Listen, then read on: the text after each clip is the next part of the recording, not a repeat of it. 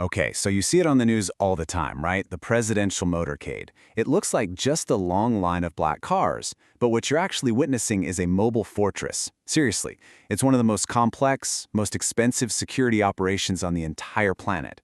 So the big question is, what's really going on inside that bubble? Let's dive in and break down this incredible machine. You know, this quote just perfectly captures the whole situation. For the Secret Service, every single trip the president takes is like this terrifying dream. It's a daily, high-stakes exercise in managing what feels like impossible risk, where a single mistake, well, the consequences are unthinkable. Now, you'd think the White House would be the most dangerous spot for a president, wouldn't you? But, history actually tells us a very different story. The greatest danger isn't sitting in the Oval Office, it's when the president is out and about, on the move. These two events right here, these were the game changers. They were just brutal, tragic lessons that proved that presidential travel was a huge vulnerability. Pretty much every security procedure that we're about to talk about was born from the desperate need to make sure history never, ever repeats itself. So, when you can't use a plane or a helicopter, how do you move the most powerful person in the world safely on the ground? Well, the Secret Service has a pretty impressive answer: the presidential motorcade. And I want to be super clear here. This is so much more than just a convoy of cars. You have to think of it as a rolling, living security bubble. Every single move is choreographed, right down to which agent is supposed to open the president's car door. If anything deviates from that plan, even slightly, it's immediately treated as a potential threat.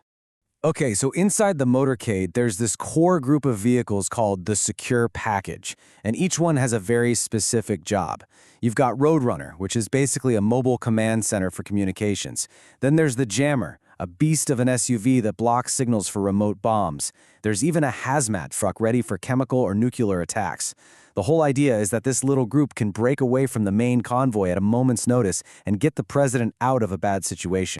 So here's a classic problem. How do you stop an attacker from just targeting the president's limo? Well, you make it almost impossible for them to even know which car he's in. And for that, the Secret Service uses a brilliant classic strategy of deception. It's basically a shell game, but on wheels. An attacker has maybe seconds to make a move, and this simple trick creates just enough confusion to completely throw off their plan. The limos look exactly the same, and they're always switching positions, so you just never know where the president really is. Just let that number sink in. 9 tons. This isn't just some luxury car with extra armor. No. This thing is built on a heavy-duty truck chassis. It's basically a tank that's been disguised to look like it's going to the prom. And the windows, 5 inches thick. To give you some perspective, that's about the thickness of a big novel. And they're all completely sealed shut, except for a tiny 3-inch opening for the driver, just so he can talk to agents outside. Nothing, and I mean nothing, is left to chance. As you can see, the beast is so much more than just armor. It's a survival pod on wheels. It's got its own oxygen supply in case of a chemical attack, it's got tear gas cannons, and get this, it even has a supply of the president's blood type on board.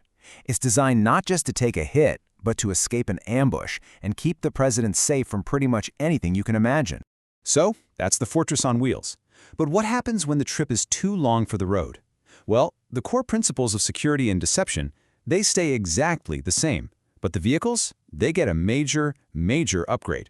Whenever the president is on a Marine Corps helicopter, its call sign becomes Marine 1. And you can probably guess what's coming next, right? Just like on the ground, the president never, ever flies by himself.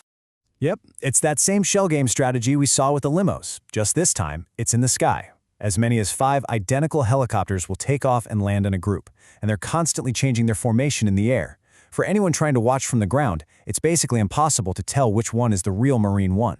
Now for the long haul, we've got what is probably the most famous airplane in the world. And just like Marine 1, Air Force One is the call sign for any Air Force aircraft with the president on board.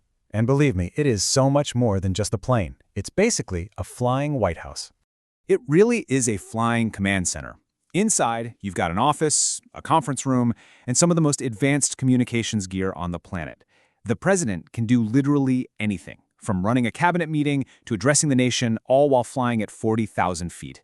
And, oh yeah, following that same security rulebook, there's always a second identical 747 flying nearby, just in case. Okay, so what happens when the president travels internationally? He doesn't just, grab a taxi at the airport, right? Of course not. The entire fortress, every single piece of it, gets packed up and goes along for the ride. The logistics of this are just mind-boggling. Days before an international trip, the entire motorcade, both Beast limos, all the support vehicles, everything is loaded onto a giant C-17 cargo plane and flown ahead. So when the president lands in, say, London or Tokyo, he steps off Air Force One and gets directly into his own secure vehicle, on the ground and ready to roll. And it's not just the cars. They do the exact same thing with the Marine One helicopters. They are literally taken apart piece by piece, flown to the destination, and then put back together again. The whole goal is to create this seamless security bubble, using trusted American people and equipment no matter where they are in the world. So, flying multiple jets, a whole squadron of helicopters, and a fleet of armored cars all around the globe, as you can probably imagine, an operation of this size comes with an absolutely jaw-dropping price tag.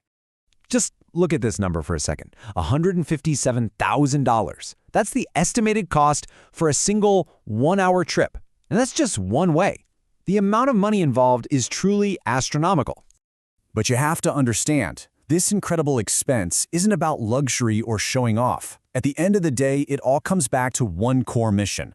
Protecting the head of state is absolutely essential for ensuring the continuity of the entire U.S. government. And in this high-stakes world, that's really the bottom line. The expense is simply seen as a non-negotiable part of the job, because from a national security perspective, the cost of failure is just unthinkable. It is an incredible ballet of logistics, technology, and pure deception, all designed to create this impenetrable bubble around one person. It really makes you stop and think about the true price of leadership in our modern world, doesn't it?